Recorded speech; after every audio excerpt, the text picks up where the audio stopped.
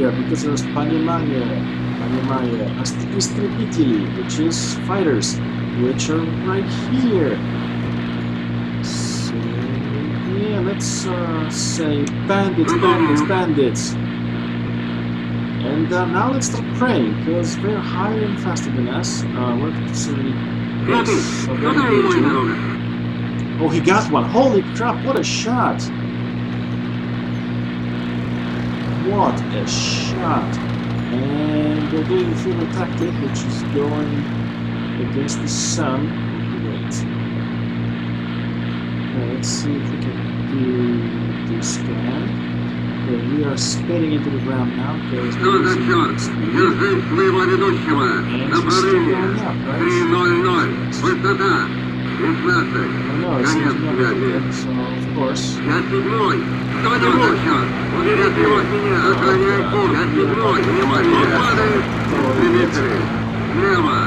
Because I'm a little idiot. Yeah, let's get some altitude. No, we are here really spazzing out here. This guy up there, number 2, is gonna get crashed. I just spotted in the bottom right. Okay, this guy has energy. And he's a danger to our boys. So let's get him.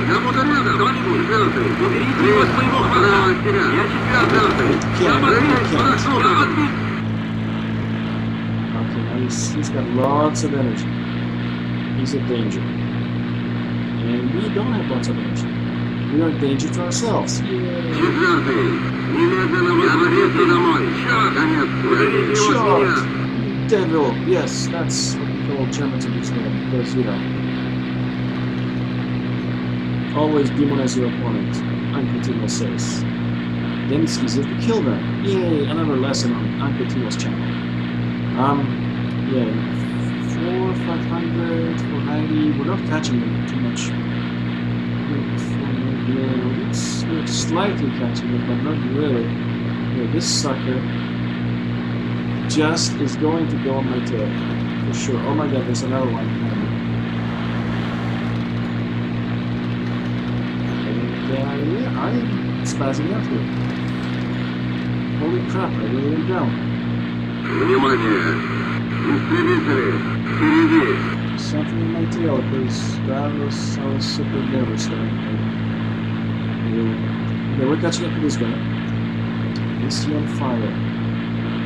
No, he's not, but yeah,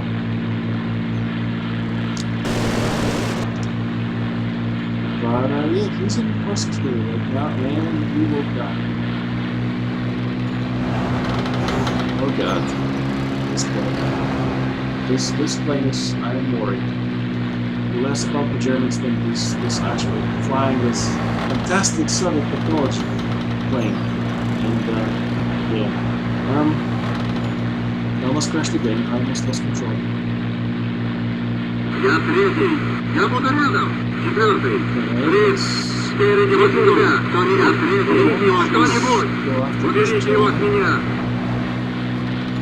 We are catching up. Something was shooting me, which is always bad. Shooting on Timo is not allowed. Shooting on Timo is not allowed. It's just not how to do this programs. I'm shaking. Oh god. And skip. And not skip. And yeah, saved. Got lost speed. Somebody saw me. Thank you. Get him off me. Get him off me. Okay, he's on me. Let's get this fire. Erupt!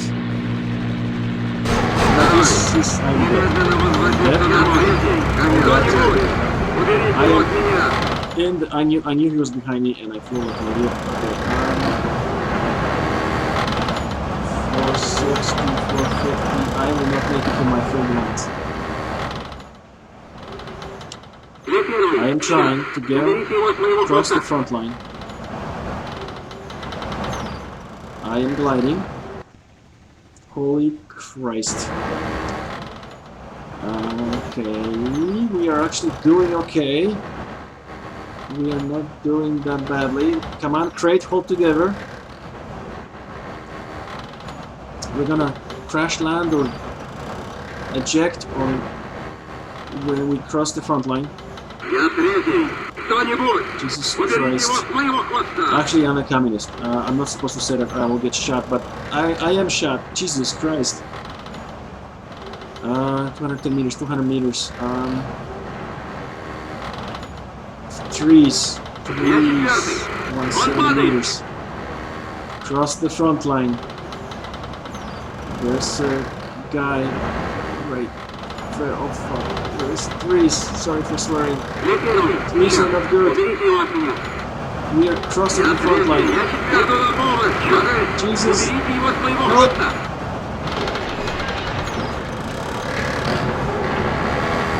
Am I on fire? I'm on fire. Get out. Get the hell out.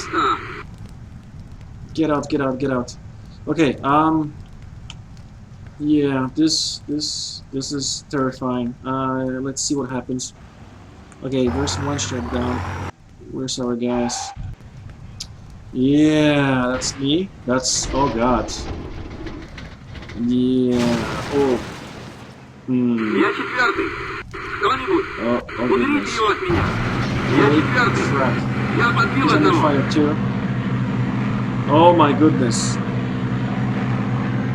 Who's this? Number 4.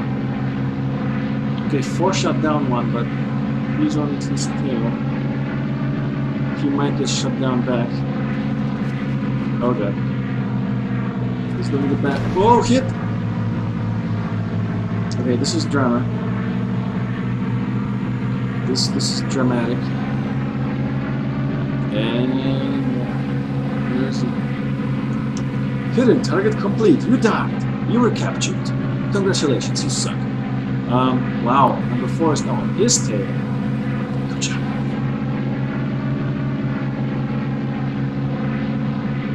Oh, the drama. Okay, let's see what happens. He's kind of far. He's not catching him. This land is not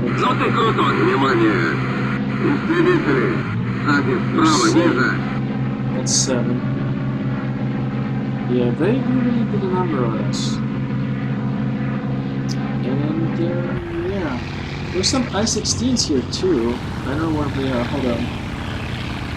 It's I-16. Oh, they're below us. Okay. So synchronicity, yeah, the I-16s are below and we're supposed to be high up, but the theory did not work exactly as it should. Did it? Did it? Let's see if we captured or not. I'm gonna end the mission because I'm curious. And I'm gonna see if I captured or not. What happened there? You know what? I survived. This day could be better, but it could be much worse. Hold on. Wounded in action, wounded in action. Timofey 1 kill, Yastrepsov 2 kills, Dubovi. So how many dead do we have? 1, 2, 3 dead and 1 wounded. Wow, the squadron really, this was bad. I-16s helped us actually. Okay, we lost 6 planes, the enemy lost 9 planes. Okay, Tovarish, comrade officers. The battle was difficult, but everybody did what they could. So it's over. Smolensk, as you can see, is encircled totally. There's actually a little pocket here, and this huge pocket where actually 3 huge Soviet armies were encircled, trapped, and they made mincemeat out of them. We did what we could, but we lost. I mean, I can't say it out loud, but that's what I'm thinking. In combats with participation of our pilots, the enemy lost 33 planes, 11 railroad cars. I think we killed 9 of them. 1 vehicle. Our side lost 10 planes. That's not bad. This was like the final boss of this mission. And holy crap! I knew he was behind me. I just was an idiot because I didn't look behind me because I didn't see anything. I felt him. I felt him, and I felt him in my bones that I was followed But I said, eh, and it cost me. But heroically, I saved myself. But holy crap. Let's read the description of the battle of Smolensk. Due to many failures on division corps command level and army level, well, they can't say army level because Timoshenko was Stalin's favorite, so it's not his fault. The German armies were able to envelop Red Army forces at Orsha and annihilate them, as in kill and or capture everybody, but only at a severe cost of their own. That's not really true. The VVS, which is Red Air Force, in the Smolensk area has been dealt severe losses in extremely hard fighting. Yes. But managed to maintain local superiority. Okay, political officer, I'm sure that's true. Even if only for a limited time. The new plane types have proved to be very effective. Yeah, because corkscrewing into the ground and not being able to make violent maneuvers like a fighter should, because I'm afraid less of the Germans and more of my airplane. So yeah, very effective at killing our own pilots. While as a whole the battle was a defeat, well yeah, 3 whole armies encircled and dealt with. The sacrifice of our comrades at Smolensk is but precious time to strengthen the defense of Moscow. Yeah, let's go with that story. Okay. Battle of Moscow. New battle in this campaign, which means new airplane. After rest and retraining, your unit was sent to the front again. Okay, so all of these people who joined the squadron, they're replacing the wounded and the dead. So they're noobs, mladшие lieutenants. Actually, podpolkovnik Kalinic, it's a high level. So let's see, podpolkovnik Kalinic, he's our new commander. Let's see him, Sebastian Kalinic, podpolkovnik. He was born in Vladivostok in the Far East. 76 sorties and 0 kills, but 15 ground kills. So he might have been a ground pounder. He might have been a ground attacker and not an airfield, not a fighter pilot. He might have joined from ground pounders, which is not a good sign because, you know, ground pounding is different. But look at this, Timofeyev, he's still surviving. He's got Order of the Red Star and Order of the Red Banner, so, you know, he's on his way. He's got modern glasses because these are the programmers who are working on this game, because they're idiots who, to kill historicity, decide to place their own pictures in the game, but, you know, whatever. Yastrepsov has 5 kills, so those are great. For 20 sorties, 7 kills is incredible. We have 12 flyouts and 4 kills, so that's actually not bad. We are promoted to lieutenant, so that's, yeah, the same picture like the German guy. Yeah, well, all right. So we're reusing the same pictures. So yeah, that's not bad. Let's see, who else is here? And all these noobs. Oh, jeez, this is going to be terrifying. Let's see what happened in the war for our guys. Major Skorkin was killed near Orsha. He was a good guy. I'll remember you. Lieutenant Piganov and Muzaliev also. Same day. It says where they were killed. It's same battle near Orsha, near Zherkovsky. Wow. Mladший Abramovich was killed. Look at all this dead. Holy crap. It's a miracle we survived. And by miracle, I mean Uncle Tim was good flying. Let's see what we are flying. And we're flying the MiG, which, yeah, looks sleek and modern. It's a high altitude aircraft. So obviously what they will have us do is ground pound, right? Because that's the way the Soviet high command works. They're geniuses. Yeah, so let's see what happens. And let's see what it says here. After Battle of Smolensk, the German advance of Moscow was getting faster again. Yeah, because we lost, okay? Stavka has decided to commit the majority of the Red Army of the Western Front west of Vyazma in the defensive position. So translated from army speak, this means, holy crap, everybody to the pumps, everybody in front of Moscow, let them choke on our soldiers' blood. The people in front of Moscow, they were basically, at this time, the Far Eastern Front, they still didn't know if the Japanese were going to attack or not. So all those troops were staying put. They were mobilizing everybody, which means people from Ruza, Mozhav, Volokhamsk. They basically rounded up all the males they could and give them ammunition and weapons. and said, now you are a soldier of the Red Army, you belong to such and such a battalion, regiment, division, good luck. And, didn't say God bless, but Stalin bless, and off you go to die. Um, so they threw these untrained people in front of these, German troops who were extremely experienced, and it worked out great for them. It was fantastic. No, it wasn't. They lost. There's huge encirclements in the Battle of Moscow, because the Germans. The Battle of Moscow was actually interesting, because the Western and actually the layman perspective is, well, the Germans, what they did was they actually went to all the way. They had this one advance to Moscow, and then they were checked by the snow, and they lost, and they froze to death, and then the counteroffensive happened, and they were pushed back. The end. No, that's not what happened. The mud period, the Rasputitsa, they let go. The ground was clear. The German panzer tanks and the panzers and the motorized troops and everybody could go forward again at a good pace. So that's what we did. And the Germans didn't really do, one advance to Moscow. That would be stupid. That would be retarded. What they did was they had many advances to encircle as many troops in front of Moscow as possible to both clear the way to Moscow and to do battle of annihilation, because that's what the plan was for Barbarossa in 1941. They wanted to annihilate the Red Army and kill as many troops and capture as many troops as possible and destroy as many armies, regiments, battalions, and capture and destroy as many tanks and cannons and weapons as they could, which they did. And the funny thing was about Barbarossa was the Germans actually achieved their goal. The goal was to encircle so many divisions. They wanted to encircle and kill about 250, 300 divisions, and they did that. They did. What they didn't reckon with was that the Soviet Union was a totalitarian country, it was a communist country.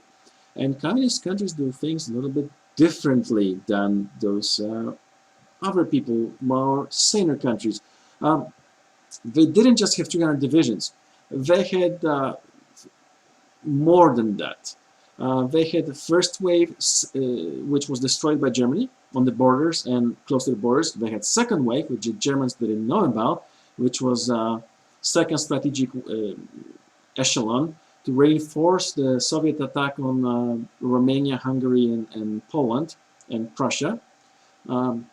So they met those guys head on, and that's what the Smolensk was about. They were counterattacked by Timoshenko, and given this was a good battle. Interesting battle, because the Soviets they really counterattacked. Well, actually in 42, I believe.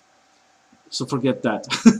But that was before Stalingrad. I'm thinking about a different battle. But anyway, in 41, Smolensk, Timoshenko did counterattack, and not very successfully, but they tried, and they checked the Germans for a little bit. Because the Soviet troops were not trained to defend, they were trained to attack. Well, that's what they did. They were desperate to slow down the Germans, and they did it by attacking. And they didn't do it stupidly, I mean head on. They did try to cut the German attacks, like something like this. They tried to attack to cut them out, to cut them and meet together and encircle them, the attacking German troops. They didn't do it because they weren't trained enough, they weren't given enough artillery support, not enough airplane, bomber, and ground attack support. And the Germans were basically awesome at this stage of the war, and the Soviets were basically terrible at this stage of the war, so they failed in their counterattacks, but they did slow them down. So that was the name of the game. We wanted to encircle them and kill them, but slowing them down, they'll take it. But yeah, the Battle of Moscow, the point I'm trying to make here is, and failing probably at it, is that the Germans didn't advance in one axis of an advance and towards Moscow, and that's it. That'll be retarded. They did try to get the battles of annihilation going still. They destroyed the first wave, the first echelon. They're trying to destroy the second and the third. And Barbarossa was a success. According to plan, they destroyed enough or more divisions than they should have destroyed to win the war. They didn't win the war because they didn't reckon that the Soviet Union had many, many, many more divisions and much, much, much more manpower than they bargained for. And they choked on those numbers. They destroyed enough to make Barbarossa win, and the German General Staff and General Halder were saying, great, we won the war. In 41, they said, well, we destroyed 300 divisions. We're happy. We won the war. And then a few days later, we're saying, well, why aren't the Soviets surrendering? They're not playing by the rules. And actually, one of the most interesting comments that I read about the German army general staff and what we were thinking was at the end of the war, Americans captured all these German generals and they made them write a book about the American future enemy, which was the Soviet Union. And they said, oh, great, we have you German generals in our POW camps, write books about the Soviet army and especially the Soviet soldiers, the tactics, etc. And the book is actually, you can buy it in paperback format. It's called Fighting in Hell. Buy it from Amazon or whatever, I don't care. It's a great book because it gives you the German perspective on the Russian soldier, Soviet soldier, their generals, etc. And one of the things, either from that book or something, or another one, but I believe it's from that book, is they said, well, the Soviet doesn't know when he's beaten. I mean, all the normal armies, like, you know, the Poles, the French, the Greeks, the Dutch, the British, well, put in a situation like that, you know, they surrender and everybody's cool and we can advance again. Well, the Soviets don't. They don't play by the rules. We have all these fantastic encirclements and we are winning left and right and it's fantastic, and the Soviets don't care. They keep fighting. And this was written, you know, they had this thought, they had these thoughts and writings in 1941, when things were going swimmingly, when things were going great, when we were advancing in Moscow and, you know, encircling whole armies and getting millions of prisoners, literally millions of prisoners. And they said, well, you know, why aren't they surrendering? I mean, the blows we dealt this country are so tremendous that it should have fallen, especially going by what we're going by, which is the experience of World War I. I remember when Germany put such huge pressure on the empire of Russia, the Russian Imperium and the Tsars, Russia fell.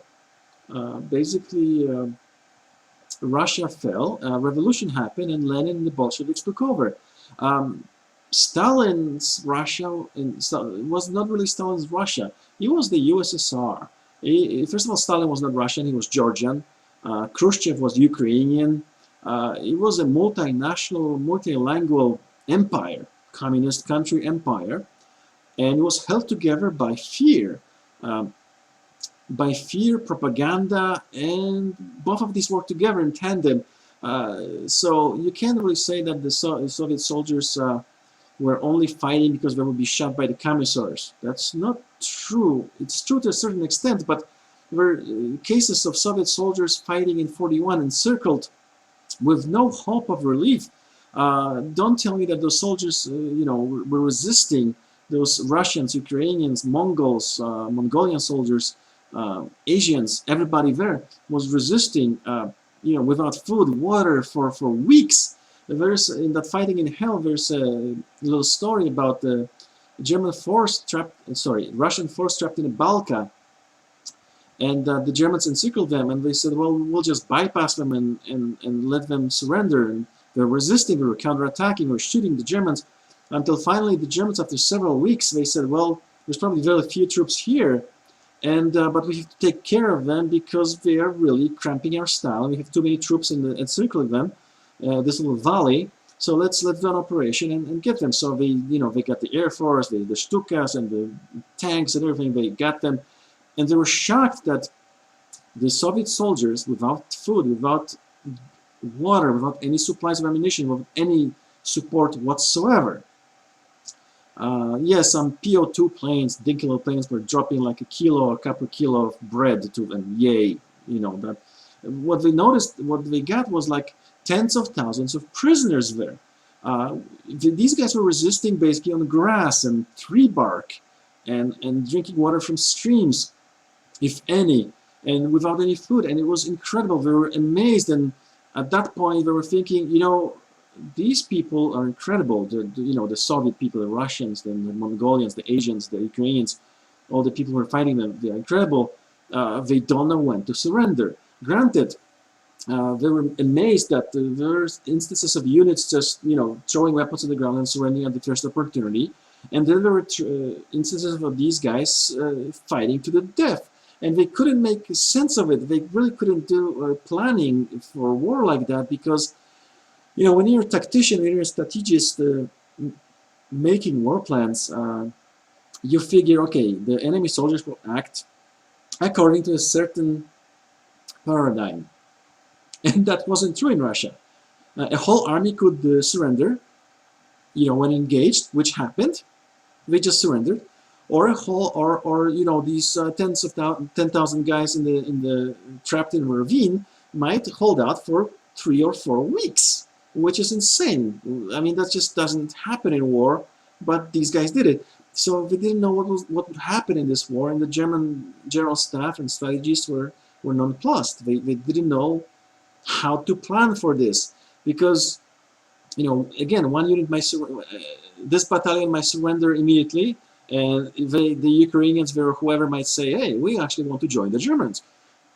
And these other guys on their flank will resist till they all die, literally. And it wasn't commissars telling them to do that. They were patriotic. They wanted to defend, Russia or Ukraine or Belarus. They wanted to defend their country and their loved ones. So it was both propaganda and yes, it was terror and KVD terror, and all these Otriad, the troops who were shooting troops in the back if they were retreating, special detachments. That's all true, but don't cut them some slack. The Soviet soldier was, let's just say this at the end of this video, the German soldiers and the German general staff were nonplussed, amazed at the feats that the Soviet soldiers were performing. We were less amazed at the generals that were fighting in 41, Timoshenko, Bdiony, and those idiots, but we were amazed at the Soviet soldier. And then when they did in the 300 divisions, they killed off so many troops, they captured millions, and they didn't surrender. The Soviet Union didn't surrender yet. Then they started to get worried, even before winter hit, even before the disaster of Moscow happened. They started to get worried because these Soviet guys, they don't play by the rules. All right, so next video, let's see what the mission is. When we see what the mission is, we're going to escort bombers, right? So let's see what happens when we fly it.